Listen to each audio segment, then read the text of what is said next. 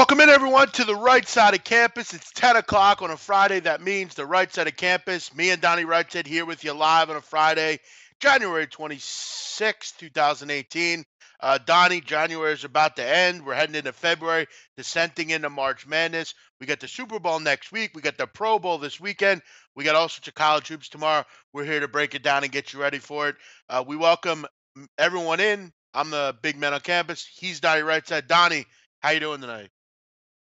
Doing good, man. Hey, January, one of my favorite months of the year now, all of a sudden, because the Eagles are headed to the Super Bowl. As you see, Jeff, spending, bankroll daily on Eagles swag here. Also bringing back some stuff for some good luck for this weekend, Jeff. From the last time we were in the Super Bowl, 2004, signed by one Shawn Andrews, Jeff. How about that one?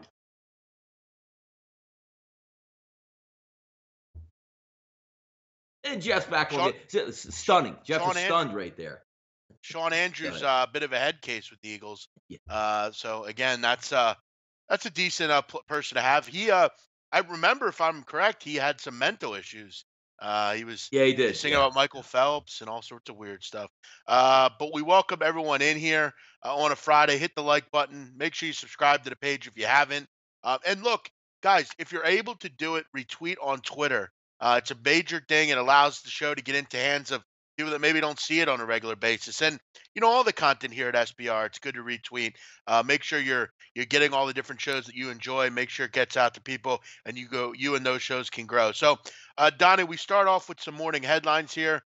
First of all, how was your night last night? What'd you have for dinner, Donnie? What'd you do? Anything?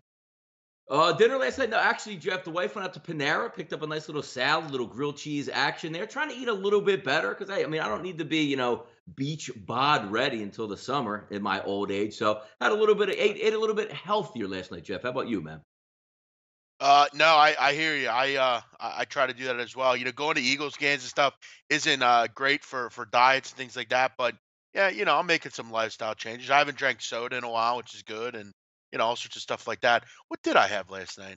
Oh, I eat steak a lot now. I had steak last night. Hell yeah. Yep. Yeah, a little prime rib action. Donnie, let's start out with some news and notes here on a Friday morning. A lot to do today. We start out with the XFL. We hinted at this yesterday. It wasn't official, but when Vince McMahon says he has a major announcement, it's normally he doesn't do that very often, and normally it's something dumb. But in this case, Donnie, as I looked at the XFL and as I considered it, and I heard some of the things about it, it was very gimmicky back in the early 2000s. It had the flashy cheerleaders, it had all the fights and stuff, and the bigger football. But I feel like if this is done right, maybe it could be decent. I don't know. I mean, it's a 10-game season to go around to city like the NFL does. Look, I think if you put the right money behind it, you get the right people. Why can't it work? I mean, Donnie, do you know how many quarterbacks? Now, look, again, not all of those are good quarterbacks, but there are a lot of people out in the street right now that I think would go into this. I think the product would be okay, but I got to see more before I consider it. But hey, Vince McMahon has a ton of money. Who knows with this league? No, you're right. The one thing, first of all, I don't think the league already failed once. I don't think it's going to be that much better the second time around. They're going to cut out some of the slapstick stuff and make it pure football, which most people like. The problem is most people only like top ranked football. Because when you're watching Maction on a Tuesday, Wednesday, yeah, it's a nice novelty. It has the night to itself. Nobody watches it outside of anybody that bets on it, Jeff. But if you were to put Alabama-Auburn on a Tuesday night, it would bust down the ratings with nothing else to watch but a supreme game. So in that respect, I don't think the XFL is going to work. But, Jeff, I think Vince McMahon is going to do us all a service here. Forget about you can't have a DUI, you can't be arrested, you must stand for the national anthem. I don't care about any of that with the XFL, Jeff. What I do care of is he's implementing stuff in the game to make it go faster. I don't care, Jeff, if the games last 3 hours and they're action-packed on an NFL Sunday. I don't care if they go 3.5 hours. But Vince McMahon is going to cut down on commercials and halftime and say we're going to get a full game in around 2 hours. My God, Jeff, if the only thing the XFL gives us football fans, even if it blows up and doesn't last, is that surge of people going to the NFL saying, I just watched a football game in 2.5 hours with half the commercials and half the breaks. It was action all the time. Jeff, if we could do something like that where the XFL helps the NFL out in that respect, I would love the XFL, Jeff. Yeah, we'll see how it goes. Obviously, it's a very infant stage here at this point. But look, they're going to do some things. Maybe it gets the NFL to do some things. I think it's important that they put this on during the summer. I'm not sure why anyone would care about this when the NFL's on or anything else. I think that's one reason. It's interesting, Donnie. Natalie Rodstrom the other day asked us that question on that Olympic show we did on why the Winter Olympics aren't as popular as the Summer Olympics, and I told her, I said, I think it has a lot to do with when the Winter Olympics are. They're in the winter. I mean, you got the Super Bowl, you got football, you got basketball, you got the NCAA tournament, you have, college hoops, you have, baseball spring training. I mean, in the middle of summer when the Summer Olympics are, Donnie, there's literally nothing going on other than if you love baseball. But even at that point, you get tired of it. So, I think for the XFL, it's important that you put it on the right time. You put it on during the summer. But we'll see. Obviously, it's very infant stage as far as where we are with that. Big day yesterday in baseball, Donnie, for one team. The Milwaukee Brewers made a nice little splash yesterday. Not only going out and absolutely fleecing Christian Yelich from a team that wants nothing to do with anyone productive. They go out and get one of the better young players in baseball. Yelich is a great player, good hitter, and now you add him to a team where you already have Ryan Braun. Keon Broxton really came on last year. Domingo Santana. But then you go out and sign Lorenzo Cain as well from the Kansas City Royals. A lot of good players out there in that outfield for Milwaukee.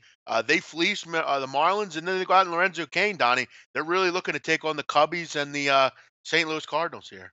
That's a nice division now, Jeff. I mean, I liked the Brewers last year. The Brewers had some great betting angles all summer long. The lineup could hit. Now you're going to add two more bats, fast bats out there. What I mean by that is, these guys, Jeff, aren't clogging up the pathways. I love Miguel Cabrera, but when you put him on first base, you damned near 3 hits to get him home. Now you add Yelich at the top of the lineup, Low Kane at the top of the lineup. I absolutely love it. But forget about from the Brewers' perspective here, Jeff. I'm going to rail a little bit on the Marlins and more so on Major League Baseball.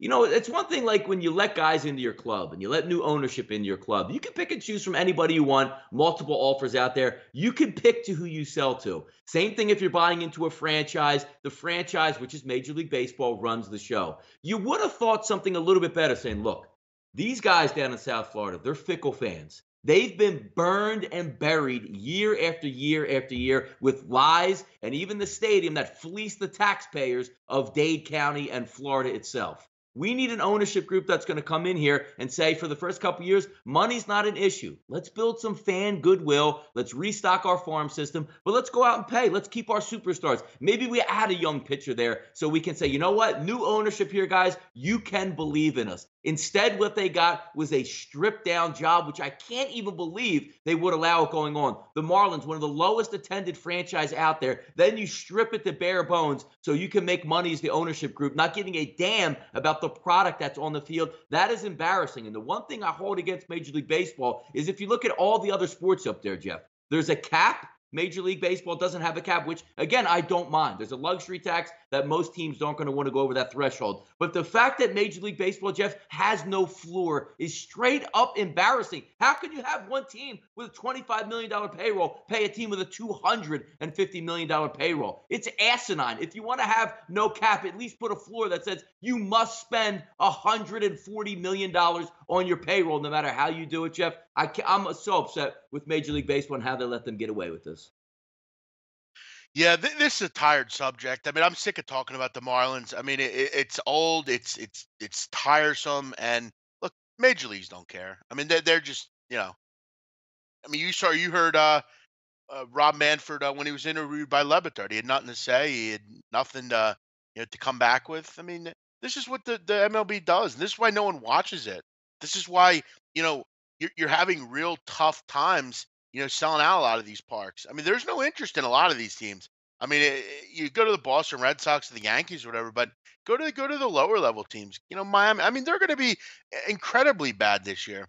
We'll get into baseball obviously more, but a nice day for the Milwaukee Brewers. Who I got to tell you, I liked that group last year. If they can get some pitching, I think they'll be just fine. Um, Tough day Jeff, yesterday for hold on, Jeff. One more point on that. David Hutton brings up they have revenue sharing. Yes, which brings up my next point here. Can you imagine, like, forget about how much money the Yankees make. The Yankees plow that money back into their payroll, into their front office, and hang on. And at the end of the day, Jeff, when they look down and say, let me get this straight. Like the Marlins are actually going to be more profitable than us when we spend 7 to 8 times on our payroll and actually try to be relevant and existent for our fans. But yet I'm going to stroke a check for like $40 million directly from my franchise and send it down to South Florida when they're just stripping their franchise. It's outrageous, the revenue sharing in baseball, Jeff.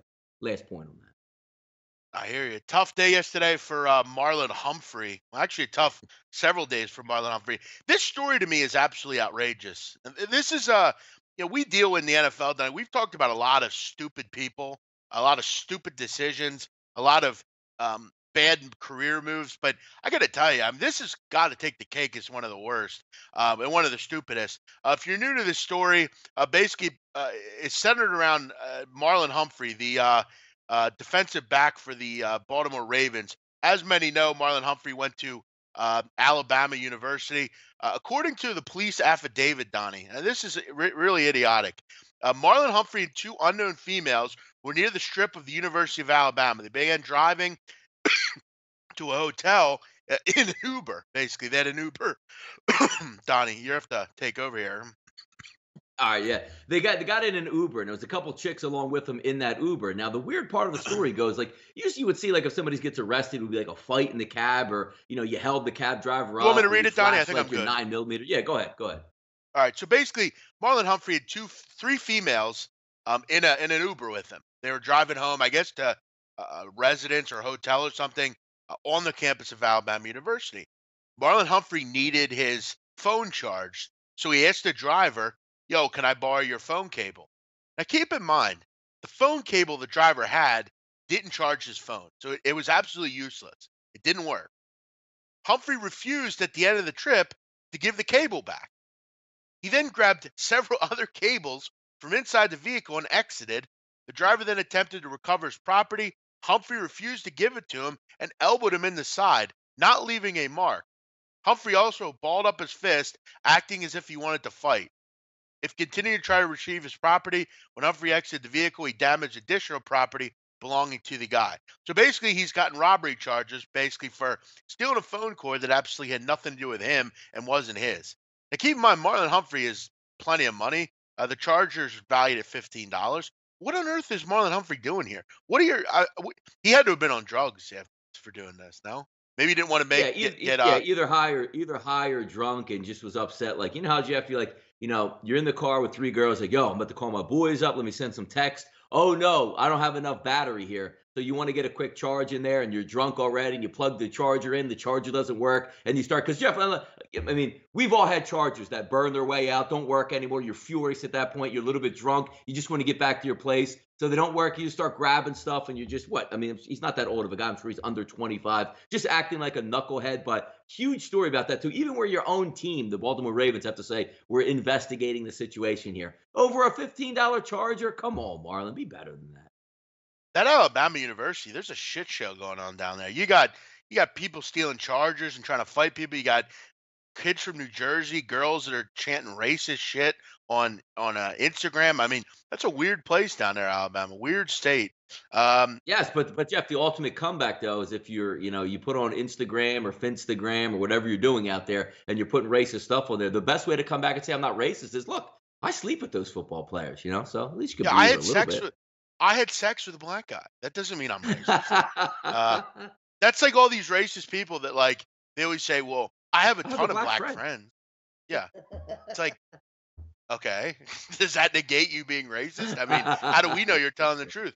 Marco Liu obviously hasn't spent any time on SBR over the last Yeah, six come months. on, Um, Marco. He I doesn't mean, get up early enough. Donnie. I'm not going to say that Marco's a troll, but I have seen him on other shows, and I think he's very aware that we have graphics. Not sure why he's picking today to bring it up, but hey, Marco, welcome to the show. Yeah, Um, welcome back in. Donnie, before we move on to college hoops, I did want to bring up two other news stories I think are relevant and important. Um, Yes. I saw that the NCAA is investigating, according to the New Haven Register. This is not good news for the U.S. UConn basketball program. After a big win last night, actually, um, the NCAA is investigating the men's basketball program. What they're investigating for, not exactly sure, but there has been some really weird things going on at UConn. A lot of people unhappy with what's going on up there. I don't know what the depth of this is, but it's something we definitely want to keep in mind. UConn, a team with a lot of problems right now, and now you're starting to see some problems off the court as well. Maybe this has something to do with the growing FBI mandate. Also, Donnie, I know you're a little bit more, you care a little bit more about this than I do. I don't think she's that bad. I know a lot of people do. They don't like her. I will say this: the Six Show on Sports Center, I don't think it's particularly good because of not the people on it. I just think it's kind of, for me, both hosts seem to be like they don't care. Maybe it seems like they don't have any interest in doing it. Like I've turned it on before, and I am kind of interested in a lot of the stuff that they talk about. Like I want to hear from rappers and stuff like that. I think that's interesting. But and I'm a millennial, but I always listen to it, and it's kind of like, let's welcome Trey Wingo. Trey, how you doing? And Trey gives this really good thing, and okay, Trey, thanks. And it's that's it. But It's according on at to the wrong ESPN, time. Yeah. Go ahead. yeah. Go ahead. I'll let you finish. According to ESPN, Jamil Hill will be leaving Sports Center 6 at the end. I guess at the end of the month, after 11 months, a lot of people have not been happy with this show. They don't watch Sports Center anymore because of it. Again, I think you're right. It is probably on at the wrong time. For me, here's what I would do. I would say put. I don't really know what you could do because at 6 o'clock you're kind of hamstrung.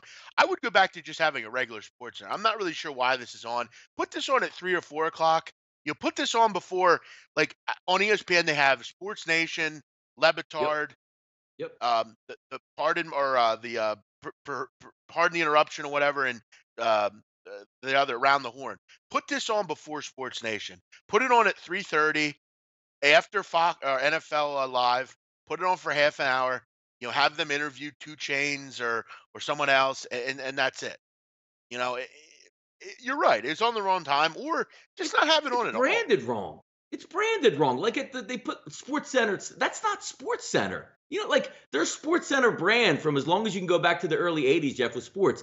And what would be better at 6 o'clock? Most things get going on the East Coast at 7 o'clock, so you put it on at 6. Why not have like you don't need a NFL pregame show, an NBA pregame show. You can have an all-inclusive show like that and just make whip arounds to different arenas and keep people involved. And this game's coming up at 6. It's just branded completely wrong, which is always funny with Michael Smith and Jamel Hill. It seems like they've had 95 different shows on ESPN and nothing ever works out. Maybe you have to split those two up, like Numbers Never Lie, His and Hers, Sports Center 6, and there's probably other ones that I'm missing out on, but it's just branded wrong. Sports Center at 6 is a main, as you like to say, Jeff, thoroughfare into getting you ready for that night's games. I don't like interviews personally on those type of shows. Like if I'm going to watch an NFL pregame show, Jeff, do I want to interview like Shannon Sharp from back in the day and just have them talk about the rivalry between Denver and Oakland? No. Tell me something about the game that's going to take place right there. The branding was just completely off, and that is your spotlight moment. 6 p.m. Sports Center, but it's not Sports Center.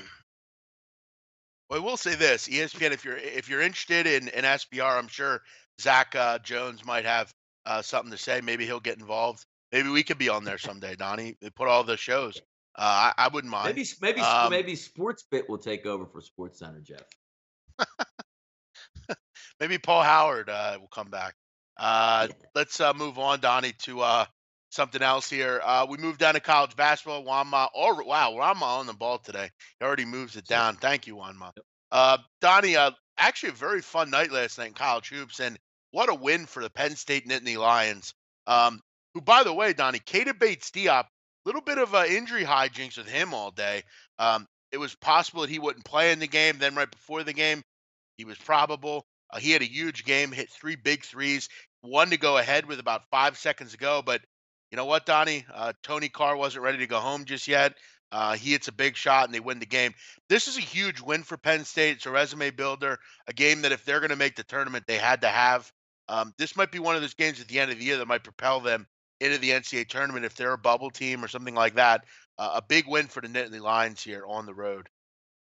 No, you're right about it. What a fun game too. I mean, forget about Penn State going on the road and upsetting one of the hotter teams in the country. The way they did it in the battle of emotions, which makes college basketball great. If you give a team what, Jeff, 3.5, 4 seconds, they can get the length of the court and throw up a prayer. Three ball by Ohio State, countered right back by Penn State at the gun. Great win for the boys. That's what makes college basketball exciting, man. You see a lot of stuff that you don't see in everyday life, including in the NBA, where you never see coast to coast because for some odd ass reason, you call a timeout, you get the ball at the opposite 3-point line. College basketball is awesome, man. And Donnie, your boy, big man on campus, told you Penn State plus the points yesterday. Yeah. 82-79, the outright winner. Also, Donnie, last night, Purdue gets a big win in the Big Ten. Michigan's a good basketball team, Donnie. I'm going to tell you right now, that team is good. They can win at home. They're decent on the road. They're well coached. They just couldn't do enough to get the win here. But losing to Purdue by 1 and by 4 in their 2 games, not anything to be worried about. I mean, you're going to get another shot probably at some point in the Big Ten tournament. Who knows what will happen? But I got to tell you, Donnie, I don't think there's a lot of people that are going to beat Purdue this year. And the reason I say that is they're pretty much impossible to guard. I mean, if you guard and double Isaac Haas or one of the bigs, well, then you're going to leave the 4 wing players absolutely wide open, and they're going to bury you. I mean, this team is second in the country in 3-point percentage. I Yes. mean, they're just impossible to guard. And defensively, they're really good. I know last night didn't show it, and I was happy because they had the over in this game. But you look at all these teams. I think the only team that I would be if I'm Purdue, I think the only team that could really match up with them big wise would be the Duke Blue Devils, maybe Arizona. This team is really efficient, and you better get to know this group because I think they're the best team Matt Pinner's had yet. And Haas is one of the more improved players in the country, Donnie. Deadly 3-point shooters, Jeff. And what better thing do you need where you can't collapse down on a couple big guys down where they can just kick it out and shoot the three? If Purdue's going to play like this all the way through, they have that method to win in March Madness because if your three ball's not going down, you could go inside the big guys and get rebounds. But it's amazing how well you can play when your bigs collapse down low. You get double teams, kick it back out, 3-point shooting. You're right. The 3-point shooting by Purdue, it's impressive. And they're a really good basketball team. No, they are. They're definitely a team that we'll talk about here coming up in the next few days and few weeks and few months. Donnie, a huge win. What a game! I don't know if you watched this game. You might have been asleep. It was a late night game. Following it. I was Um, following it. Yep. a great game out in Tempe last night. Utah, Arizona State. Arizona State made the cardinal rule, Donnie, where you just can't do it. Late in the game, they were up 2, or they were up 3. 5 seconds to go, they don't foul. Cedric Bearfield hits a 3, take it to overtime. Listen, I'm going to say it, and I'm going to say it, and I'm going to say it. If you're up 3, under 7 seconds to go, you have to foul. There's no, with the way these kids today can make threes, there's no way you cannot foul. You have to foul. If you lose because of it, I'll salute. But you have to foul. It's imperative, Donnie. No, it's one of it's the thing I scream about, most likely in any sport. You know me, Jeff. You're not going to call your timeouts in the spot. You're not going to go for them 4th and 1. You're going to elect a punt, all that stuff. This is right up there with it. It's a no-brainer. It's a no-brainer because what you're forced them to do, if they shoot a 3, even if it's contested, these kids can knock that shot down. So you foul them, you put them on the free throw line. What do they always do, Jeff? Make the first, brick the second. All you have to do is box out and get a foul, and you repeat the process over and over again until the other team has 1.8 seconds to go the entire length of the court and needs to hit a three-pointer. Why they don't foul more often? I always say, Jeff, fireable offense from the head coach. I think the Utah Utes are the third best team in the Pac-12, Donnie. You might think I'm crazy, but they are. I mean, Arizona and Oregon are better than them, but I think Utah's better than USC on paper. I would take Utah over uh, really everyone. I would take them over Arizona State. I would take them over Stanford. Utah's real good, man. I mean, they have really good guard play. I think Kristoviak's really underrated. I think he's one of the better coaches in the country. That team is pretty good. You better watch out for Utah. That's a big time win last night. They're 8-2 at home. They're gonna just get some some consistency on the road, but that's a big win down there that they got last night. A great game nonetheless. Donnie, other than that, I know you had a winner. I did well last night again. I'll tell you Yeah. what, Donnie, these CAA overs, these CAA overs are pretty profitable, man. That William and Mary game got there. And you know what, Donnie, I Yep. wanted to bring this up. Kind of a bad beat, I felt like. Last night I had the James Madison Wilmington over. It was Yeah. 71-69 with 5 seconds to go. JMU's at the line to tie the game. Hmm. They tie the game goes over. It's no question about it. Kid goes up and misses the free throws. Ah, they're always If he tough. I'll tell makes you another those, late night bad beat, Jeff. I was looking out West Coast action for maybe a play last night. I like UCLA over Cal late night. Didn't end up betting the game, so I go to bed and I watch it. And one of those games, Jeff, that's decided by the 5 second left dunk by the one team down 17 or 15 points last night. So tough beat if you had UCLA, or great win if you had Cal in that late last second dunk for no reason. yeah, those are tough. But I saw that game. I heard about that one you just mentioned, and then yeah, I mean, listen, I don't know how many times I have to say this.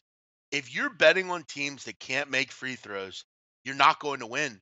I mean, you're just not. You're going to get beaten, and it's brutal. It's really brutal. Free throws will be the death of you on any bet you make. Overs, sides. It's brutal. Let's move on to tonight's action here, Donnie. Friday card, not a ton of action here. I know you have a couple games we'll chat about. What do we have going on tonight on the Friday Yeah, card, let's take a Donnie? look at a couple of these. Just do a quick review. We'll go right as we usually do in order. 8:29, 8:30. Jeff, we're going to go Big Ten action. Which I mean, sometimes you have to, wipe the cold out your eye, as some favorite rappers would say. Wisconsin and Michigan State. Jeff, over the years, always a great rivalry. Wisconsin always come in the battle, close games, couple points here, couple points there. Now, as we look, Jeff, about 600 tickets that have been tracked. 76% of those tickets leading towards the home team, Michigan State Spartans. Jeff, hanging a 17.5 spot over the mighty Wisconsin Badgers. As I say, the mighty have fallen in this. Where is Bo Ryan going? Where have all those teams that are tough, the Deckers out there? Where are they coming from, Jeff? Doesn't look like they're going to get in much help tonight here. I just saw that an interesting number, and I know when you like to read in the numbers, Jeff, the line opens up at 16 and is bet to 17.5 in some spots. What the hell, man? My goodness, Jeff. Yeah, I might surprise you here, though. I would go with the underdog. I think this is too many points. I think Michigan State is playing well. I think they're kind of feeling themselves a bit. And look, do I think Wisconsin's good? No, I don't. I'm not going to try to sell you that bill of goods. But here's one thing I do like: they shoot 46%. They're a good defensive team. They make free throws. And look, I mean, if they can get Demetric Trice back here, that'd be huge. He returned to practice about 10 days ago. I don't know if he'll go in this game, but it'll only help. Um, I- for me, Michigan State, they'll keep Wisconsin in this game because they foul a decent amount of times. I just think there's too many points in a Big Ten game. And I don't put Wisconsin on the level of like Illinois. I think they're a little bit better than that. I know they're not a great road team, and I know Michigan State's really solid, but I think if you can keep Michigan State under 80 points here, you'll win the game. And I'm confident that Wisconsin can do that. I think this is like a 75, 62 type of game, something like that. I just think at 17, if I had to play this game, I'm getting 17 and a half points. I'm gonna go ahead and take the underdog. And I gotta be for real with you. I'll maybe wait, maybe see if I can even get 18 here. Gun to my head, I'd go with the Badgers. Gotcha. We'll just go over one more game real quick here, and then we'll get to some futures and some teams that the big man's going to like heading down the stretch, Jeff. Let's keep it close to the Metro Atlantic here, 8:33, 8:34. We'll go a little St. Peter's action versus Rider, 74% of the early tickets. Only about 300 so far have been tracked in this one, but they are leading towards the Rider Bronx in this one. Opened up at -6.5, Jeff. Stays at 6.5 all the way across the board, over under 144. It opens up. That's dipped down a little bit. The Greek now showing 142.5. I didn't take much time or even look at this game overall, Jeff. Any idea where St. Peter's can hang around? Because again, we always like to joke around, Jeff. If this was last year's statistics and you're telling me St. Peter's is getting 6.5, that would be a gift from the gods. Maybe not so this year, Jeff. Yeah, I think the question for St. Peter's is can they score enough points to stay in this game? I think they're going to have the ability to do so. The Rider Bronx are not a good defensive team. Kevin's Baggett group. They're just not. I mean, they're giving up 76 points a game in conference. And Donnie, here's the old problem for you. You look down at the free throw percentage. Riders at under 60%. Under 60%. That's awful. I want 70 or more. They're down under. They're at 59.8%. Also, you look at how much they foul. They're putting you on the line 20 times a game, Donnie Rightside. This St. Peter's team, 76% from the field. I could see them hanging in this game because of free throws. There wasn't actually a game last night, Donnie, I was watching. I've told people before that if you want to become knowledgeable about college basketball, you have to watch games that no one else watches. And last night I was watching the Long Island Brooklyn Mount St. Mary's game. And Long Island Brooklyn didn't play that well, but they stayed in the game because they shot 27 free throws, I think, or more. Mount St. Mary's only had like 13. If you can get to the foul line, you can stay in basketball games.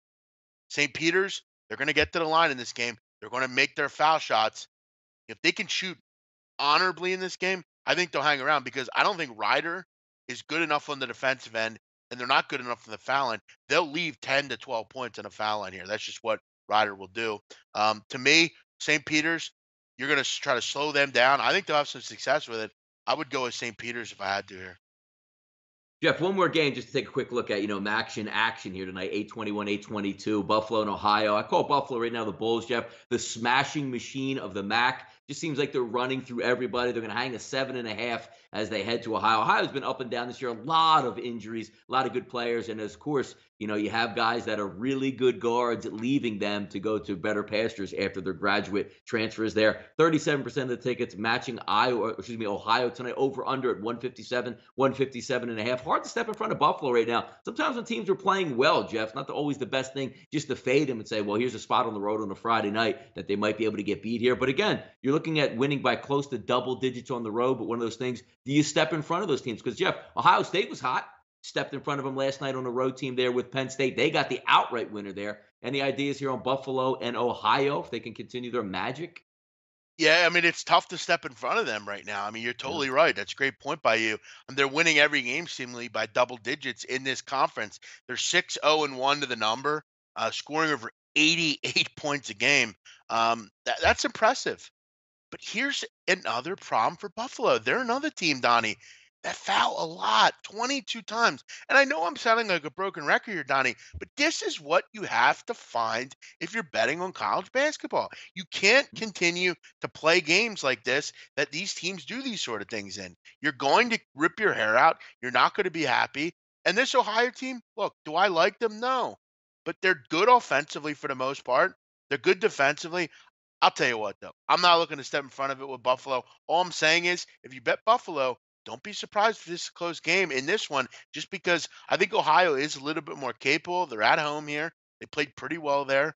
I haven't looked into this much. I'm not a big fan of the MAC conference. I mean, I'll give you an opinion on it, but it's not a conference I bet particularly often. Um, but then again, Donnie, I don't really put a lot of stock in that because last week I bet in the Ivy League and I never bet the Ivy League. But when there's value, there's value. Yeah, it looks like Skooma Steve. I don't know if his. That's a good point. It looks like his cat's like on his keyboard or something, just saying a lot of weird like Wait, gibberish. Jeff, I don't know yeah, what but that maybe is. he's in the car driving, has it through the Bluetooth, but has the phone in his pocket, just jamming it around in there. Maybe it's like Morse code or something. I don't know. That's what I Maybe he's thought. out I in thought trouble. maybe he's in trouble. Maybe his bookie finally got to him. Yeah, something could be going wrong out there. Big man is a champion at finding these statistics and turning them to angles. Thanks, Steve. Yeah. You got to. You got to look at everything, bro. I mean, Um, Jeff's very good. Jeff dates back to 1980 with a lot of this stuff. I mean, he's good at it. yeah, yeah.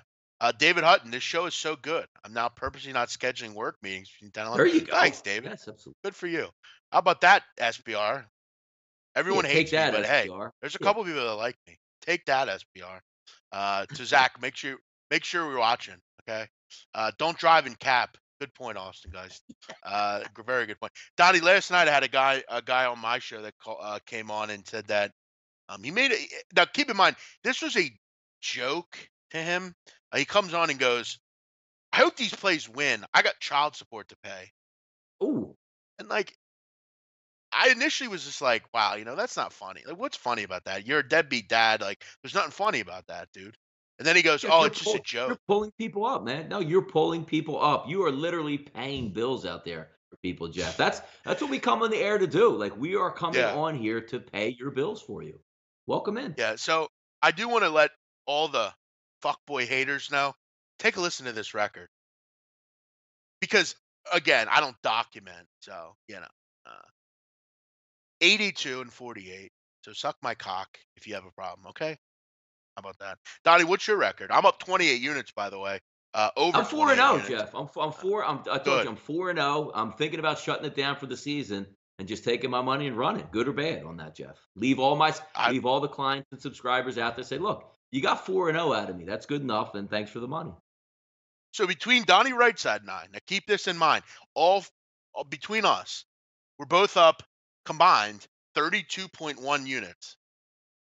Also, all the money Donnie's made in the NFL, everything we've done, kiss the ring, fellow cappers, kiss the fucking ring.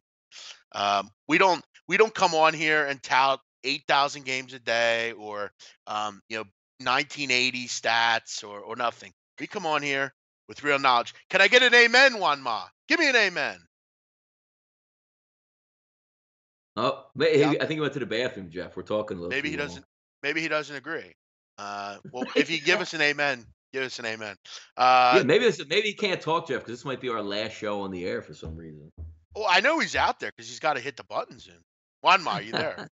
Yes, I am, but Give me an There amen, he Juan Ma. I can't. I Amen. can't. Amen. All right. Very good. There he is. Cool. Let's Donnie, I did want to bring something up. We are a little, we do have some time here. So did want to discuss this. Some people on the bet buffet and some of the other things, people asking about futures and stuff. I have some futures already in progress, but I think it is always important, even weekly to go take a look at the futures market in college basketball. See if there's any numbers that are worth betting at this point. Obviously with the college basketball, it changes weekly. Teams lose. You get some better value on things. Donnie, I mean, have you looked at the futures market? Do you see anything? I see Virginia at 16-1, still with some real value to me. With a Yeah, by the defense way, like that, but I didn't check a couple things. How about Duke? Duke still because I know the one future that we put in, which again we'll get to it a little bit down. You see Zion Williamson there, which is interesting because this plays a lot into what we were looking at last year with Bagley there. The only one I'm sitting on this year, Jeff, is still Duke at 10-1 when we got it. What are they still sitting at now? Has that changed a lot, or is it still hovering around that they're, number? they're the lowest odds on the board, 5-1. So There we go. we're, Good. we're So we still getting got value we're, there. Yep. yeah, we definitely got the best of the number on Duke. We bet that the night before Marvin Bagley made his decision. I called Donnie. I said, "Listen, you got to get on this. It's the best number you're going to get." So Duke at 5-1, obviously the lowest side of the board. Listen, at this point, I think Virginia has some at 16-1. I'd obviously look around at the different books. I'm using Bet Online right now with the ones I'm looking at here. The Arizona Wildcats at 12-1. Oregon 250-1. I don't think Oregon's a bad bet. I mean, Dana Altman's a great coach. You never know. Pac-12's not particularly strong this year. I could see them maybe getting a 3 or 4 seed. You never know. 250-1, great number there. Um, where else we got here? Middle Ten. I mean, Donnie, you're getting the same odds with Middle Tennessee State that you're Mhm. getting with Oregon. Yeah. Pretty interesting. Yep. Auburn 66-1. A lot of people think Auburn's the best team in the SEC. Uh, in a conference with kind of a lot of you know very good teams, not great. I mean, I could see them beat Kentucky, sure. Purdue, I mean, they're down to 8-1, so definitely people coming in loving Purdue. Creighton is the only future I have, 125-1. Good number, just don't know how good that one will be with Crampelli going out. Donnie, any ones you're looking at that you have your eye on? No, not really. Just the Duke one I have, big man. How about you? I got plenty. I mean, I got what do I got? I Rip got 'em. Let it rip. Oklahoma. I got Miami, Oklahoma, Wichita State, Duke, Arizona State. I bet that at 125-1 a while ago. That one's not looking too good, but I probably will get involved here with Virginia. I'll get involved with Oregon. I think those are a couple good ones. There's a lot of quality ones. There's a lot of good teams this year in college hoops. Rhode Island at 80 to 1. That's not high enough for me. Um, you got some real low ones here. 500 to 1 on Stephen F. Austin, Loyola Chicago. But we'll move on. We'll kind of visit those every couple weeks. Steven Skooma Steve chiming in, Donnie, finally says, "My bad. I Mm. dropped my phone and the screen shattered." Oh, Hmm. So how all of a sudden do you type now? Did your phone actually? h- Do you understand that, Donnie? no, maybe Like, how's it's he able to shattered type? where like if you touch a part of the screen, like it just starts going wild. Like you don't always have to have the phone in your hand. You maybe just put it down and the screen cracked and it's laying up against something. It just starts hitting buttons automatically out there. So it's probably going haywire on them. Conrado Mendoza, what do you think Duke future odds would be for next year, landing all his recruits? I would say seven to Same one, thing. 6 to 1. Yeah. Not going to be 10 to 1. I know that. And keep in mind, Donnie. I mean, this is kind of the amazing thing about the rest. I mean, there are still a couple recruits that have not made decisions. Now, obviously, they're not going to get Romeo Langford. I don't think he's on their list. But I mean, Anthony Simmons is still out there from IMG Academy. Jim Montgomery from Wheeler High School down in Georgia. So there's still some unproven ones. But I mean, Duke has the top three recruits. They have Trey Jones at Apple Valley. His brother Tyus played at Duke a couple years ago. I mean, plus whoever stays from this year's team. Um, BMOC, I'm a slut for your overcalls on mid majors. Loves it. Thanks, Jay. Very good, J Ro. Thank you. Brennan, I hate BMOC. Fuck off, Donnie. Uh, let's move on here. This won't take too long, Donnie. Pro Bowl and Super Bowl updates. Can you cap the Pro Bowl for us here? Yes, I've noticed, Jeff, 497, Take the under. 498. Now, yes, we're looking at angles here in this game. -3 to me, Jeff, for the NFC seems like a steal because we all know the numbers king is Drew Brees. So I'm assuming Drew Brees is going to be like Kobe Bryant and just try to go off and win MVP of the Pro Bowl because it means a lot. 50-50 ticket split, Jeff, here. An amazing ticket split, over under, and how appropriate, Jeff, the over under Chris is sitting at a Gronkowski-esque 69 right now. I kid Jeff. First of all, it's on tape delay. I'm watching it in the afternoon, like the skills competition, the most boring shit I've ever seen in my life, time and time again. Just cut the Pro Bowl. It's in Orlando. It's in like what, the Citrus Bowl down there, or the Camping World Stadium. Embarrassment for the NFL, man. Just end it for real. I'll take the under. The under's come in last couple of years. 69.5, a little too high. No one cares with this game. You're not going to see anyone going all out for it. Under my board. But I'm not going to By the way, cap Jeff, it. what's the No. point of it having it before the Super Bowl than after it, where like you knock out like, the Patriots and the Eagles, who would duck out? Everybody ducks out of the damn thing anyway. All they care about is they made the Pro Bowl, and you get to use that as like your incentives, or use it in your next trade, or excuse me, use it in your next contract negotiations. Does anybody want to play in a game where you don't really want to put in work because you don't want to get hurt? It's an extension. You want to go down and have some fun with your boys, but you still have to suit up in pads out there. I just don't get the game. I don't even get the game, why it's even on, but I know it's ratings. And if you just put an NFL product out there, it's going to do like an overnight 4, which means they're going to make money and they can sell that package to people and, networks. But it's embarrassing. It's atrocious. I can't stand that football game. By the way, Donnie will be offering his $29.99 Pro Bowl package. That'll be coming out this That weekend. includes a private chat, Jeff, during the game, where we will be live betting it as well. So that also you get that. Yeah, you're actually gonna have a live bet cast. It also will feature several prop plays as well. So make sure you get that. Donnie, before we get to our final segment, did want to get your opinion here, kind of off the radar, but I see that Jimmy Kimmel is going to interview Stormy Daniels. Is that something you're interested in, Donnie, to watch? That seems like that would be No, interesting. I'm more interested in her other interviews, Stormy Daniel, than actually, the TV one. So that's where So I you would don't be looking in that. So you don't really want to see her opinion on did she have sexual relations with Donald Trump and was she I mean, paid to keep yeah. I quiet? mean, is there video? Unless if as I always say, Jeff, pics or it didn't happen. So yeah, Jesus, I'm you not want gonna to do see that video? I wouldn't want to see that video. I'm good. I don't need to see Donald Trump's naked ass, man. Um, it. let's get into Zion Williamson, Donnie. We didn't talk about this. We had a lot of other stuff we were doing, but I really wanted to take 5 minutes and chat about this because, look, I think the kid's really impressive. What I've seen, I've followed Zion Williamson really since his inception. Not only do I look at, this current year, but you look at, future years. So last year when everyone was looking at Colin Sexton and Begley and all those guys, Begley was important because he was in this class with Zion Williamson and Langford and RJ Barrett and everything. And Zion Williamson really came on because of the flashy dunks and the, you know, all these celebrities. Drake started wearing his jersey, but I really wonder about the kid. I really do. I think there's some concerns with him. I think his weight's going to be a bit of a problem.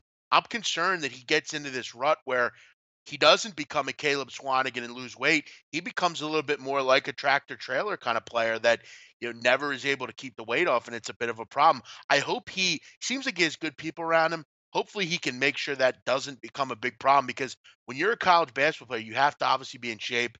I also wonder, can he shoot the ball? Does he have a jump shot? Because when you get to college basketball, the players are a lot bigger, they're a lot stronger, they're a lot more agile, they're a lot more athletic. I wonder about the validity of who he's played as well. He goes to a day school. Basically, what that is you're playing. Don, have you ever seen the movie Blindside? Yes, I have. Sure. Yeah, you know how it was like an academy sort of place. Yes, yes, It, yes. it, Yeah, I it know. was Yeah, kind yeah. of, let's say, lower level Private. basketball.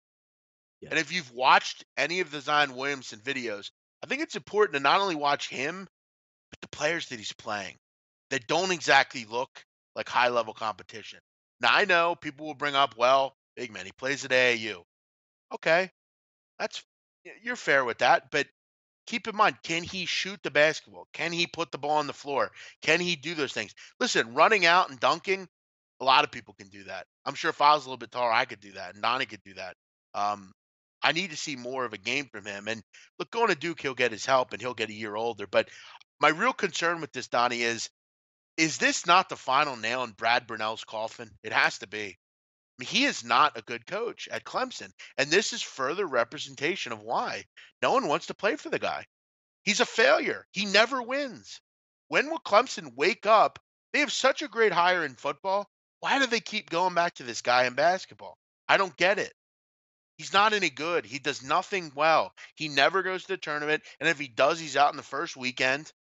He doesn't develop any players at all. He's never recruited anyone worth talking about, and he's never really put anyone in the NBA other than Trevor Booker. He's a fraud coach, and they need to get rid of him. They should have brought in Will Wade. They should have cut ties with Brad Brunell. I'm not sure why they keep going to this guy. And this is a further representation of he just can't coach, and he can't recruit either. Yeah, and when you're looking at that, head coach in that area, and I get it, it's South Carolina, Clemson on that odd side. You got to fight that whole tobacco row and try to get the recruits from Duke and Carolina. But also, Jeff, when you look at it, kids don't want to play that style anymore, Jeff. They don't want to walk the ball up the court. They don't want to have the final score be like 55 or 60 points. You want to be open. You see Duke out there, impressive sets out there, wide open. You could take the three if you want. You can run the court if you want. Carolina, a smooth running offense for the most part. Kids don't want to say, hey, we're going to get down here. Let's really lock it in on defense and walk it up and take a good, 14-foot jump shot when we work it around with the shot clock. It's just not a style that's not going to have people come to your school. I'll tell you this though, if Zion Williamson can lose, I don't know, he's 270 now, 6'6". If he can get down to 245 and be straight Wait, what's his muscle, weight? What is his weight? 270. He's 270. My God, Jesus. Yeah. Man, Big kid. Yeah. Big kid. If he can get down to 235 and make it all like be a kind of a brick house, if you will, I mean, he could bang with anybody. I mean, is he Begley? No, but he's a different player than Begley. I wonder though about the level of competition. That's my concern. But we never know with these guys. They could be, Anthony Bennett, or they could be, LeBron James. You never really know. But we'll be excited. I mean, Penn State's or not Penn State, Duke. I'm looking at something with Penn State. Duke's going to be very good as always next year. I hope the kid doesn't eat his way out of the association. His game. Don't say his game reminds you of Kwame Brown. Don't say that. Don't put the hex on the kid. Fuck. Who has better pipes, Jeff or Donnie? Well, I don't know what that means. Biggest pipes? What does that mean, Donnie? Yeah, it sounds kind of like it could go the wrong way, Jeff, depending on the way you Yeah, answer it that. sounds kind of. Oh, hey, Teddy B, nice to see you in the chat. I haven't seen you in a while. You haven't discussed your Vikings. You were all in here talking all that shit. How the Vikings were the greatest. They were so good. Teddy, how come you haven't mentioned your big time loss on Sunday? Come to the table, Teddy B, with your comments on why the Minnesota Vikings are absolutely embarrassed. Don't come in here asking us about the Patriots and Tom Brady. Why don't you discuss what happened? Teddy, Donnie, we haven't seen Teddy B all Mm. week. He hasn't been in You here. know what's you know what's Is you Te- know what's interesting? We could invite Teddy B next year because I think again the Vikings are coming to town for another regular season game. Which last year the Eagles mollywopped them at home. This year in the playoffs, the Eagles mollywopped them at home. Next year in the regular season, Jeff, again we will mollywop them at home again. So they're welcome in our city anytime. Agreed. And I heard they're cutting out Airbnbs to Philly fans. They don't want to drive them anywhere. They're just salty people. Give them some fucking soft pretzels and get the fuck out of here. They're just negative. They're salty people, and they're negative. Well, we were made fun of. And we were got stuff thrown at us, dude. That's because we're a real fucking city. Okay, we back up shit we say. Don't come here. Well, We no, don't it's not care. that. You Like think we the care? people that bring up the good points is like, we have Giants fans here all the time, Washington Redskins fans, Dallas Cowboy fans. There's the occasional fight. Sure, there's going to be that. But never do the Dallas Cowboys fan, Jeff, the New York Giants fan, or the Washington Redskins fans come into the city, do their chant on the Rocky steps, put the stuff on Rocky. You never seen the way we travel and say all that nonsense. Like Right. you don't do that in other cities. You know what I mean? Like we deal with Northeast is harsh fans, man. Washington Giants, like I said, they come here all the time. It's not like that because there's a mutual respect saying it's going to be a battle in here today. Like I'll give and take here. And when you say like, hey man, you never seen us come and do our chant, we're taking over the city and we're going to go do this and that. That's what you get when you poke the bear, Jeff. He's going to get angry. So, Donnie, when the Super Bowl comes around, we had about 9 minutes, 8 minutes here. Last story today. When the Super Bowl comes around, you start to see. I think what's funny about us in this business is when the Super Bowl starts to come around, you start to see people that don't know much about gambling start talking about gambling. So, Ooh. they write stories about big bets and things like that. Listen to this blog that was written, and tell me this isn't like. Did you do any research for this blog? The crazy motherfucker is at it again. I guess going 6 for 6 is the most unpredictable thing in sports. That wasn't enough, was it? Now he's betting against Tom Brady in the Super Bowl. They say when in doubt, take the points. But going against number 12 in the Super Bowl might not be the brightest move. This guy's a certifiable nut job, and there's still a lot of mystery behind who he is. All we know is he's a 30-year-old European who has so much power over gambling odds that he could change them just by walking in. The moment he made this bet at the MGM, they dropped the Pats from a 5.5 to 4.5. It dropped the money line from 180 to 170. It's a scary one single guy has the power to affect this stuff.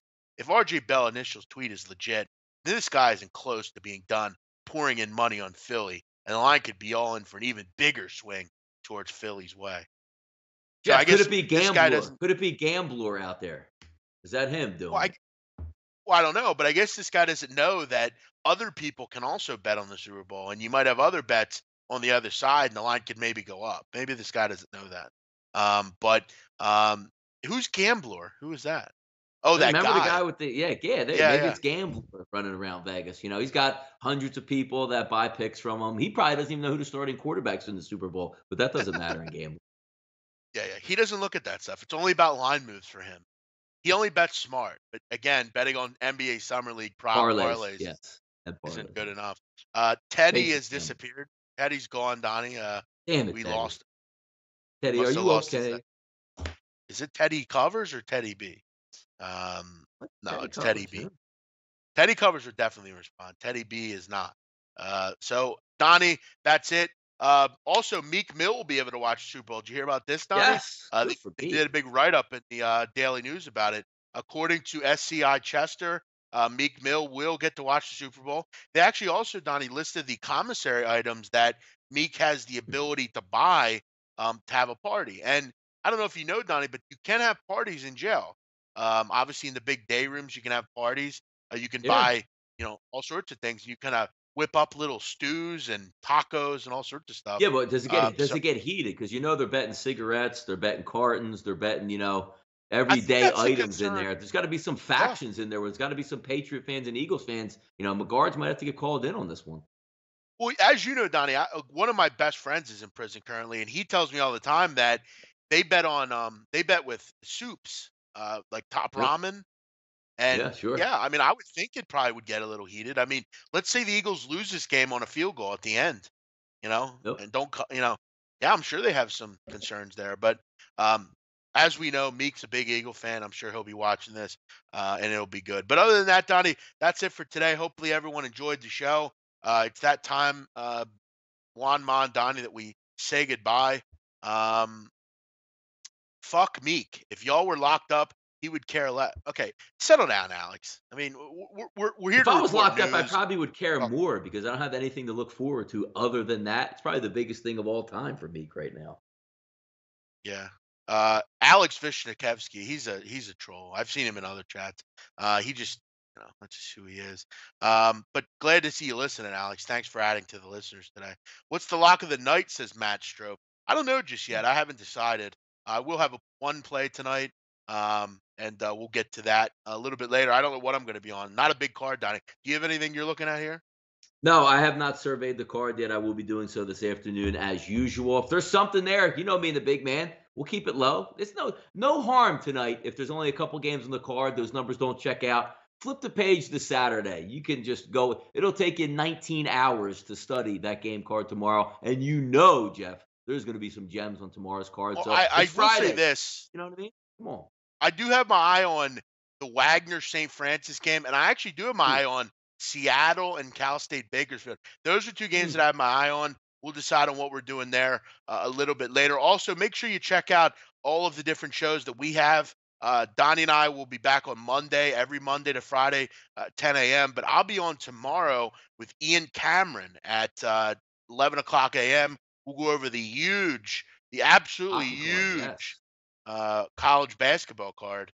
And I believe at some point I'll be on with Gabe Morency. I don't know if that'll be tonight. I don't know what the story is there. Other than that, everyone enjoy your day. Thank you, Wanma, for producing. Always very high level with that. Thanks to SBR for the hosting today. Everyone check out SBR. Sportsbook review. I have guys hitting me up even today. What do I do about this complaint? Contact Sportsbook Review. Hit the file complaint button. They'll help you. They'll go to bat for you. Make sure you're going at them with someone in little help. Don't go just by yourself. Don't represent yourself, Donnie. Make Yes. sure you have a And lawyer in if your front of you. case is good, Natalie Van Rydstrom might even come on and do a quick video about your case. So yeah. Good point. Everyone have a great day. We'll see you next week. Enjoy the Pro Bowl. Bye-bye.